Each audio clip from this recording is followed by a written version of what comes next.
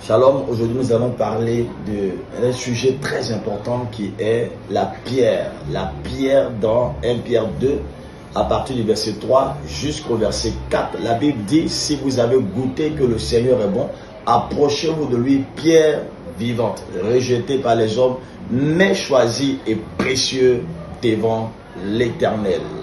Pourquoi Dieu identifie les chrétiens, ses enfants, comme étant des pierres? Parce que, primo, la pierre est un élément solide. Pour dire qu'au travers de la pierre, Dieu veut que ses enfants aient une foi solide. C'est la solidité de ta foi qui va déterminer la faveur de Dieu sur toi et sur ta vie, qui va mener le Seigneur à avoir un regard favorable sur toi. Dieu veut que tu marches avec lui avec une foi déterminée, une foi solide comme de la pierre, comme du roc. Et il dit, celui qui croit en lui, celui qui a la foi, est comme une maison qui est bâtie sur le rocher. Donc Dieu t'appelle à avoir une foi indéniable, une foi solide, une foi enracinée en Jésus-Christ de Nazareth.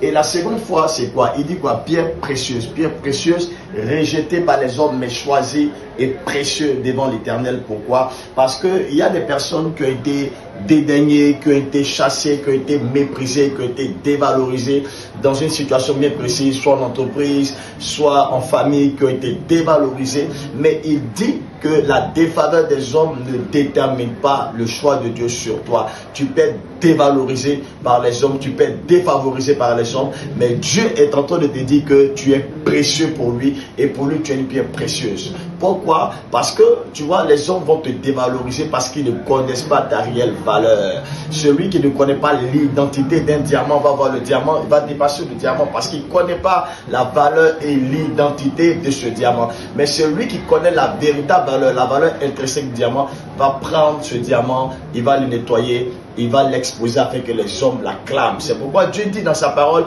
qu'il prend l'indigent. L'indigent est celui qui a été méprisé. Il dit, il prend l'indigent, il le fait asseoir à la table des rois. Il le positionne et il donne une royauté. Toi qui as été méprisé hier, Dieu a un plan pour toi.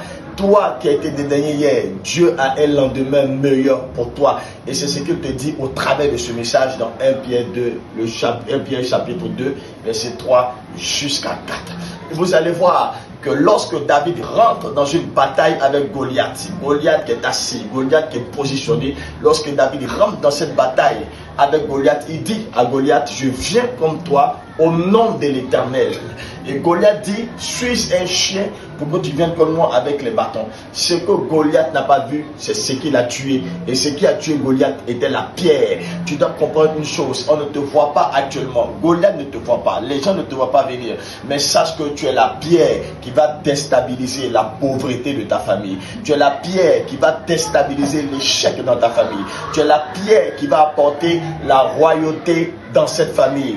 Même si les autres ne croient pas en toi, toi crois en toi et crois en Dieu. Dieu vous bénisse.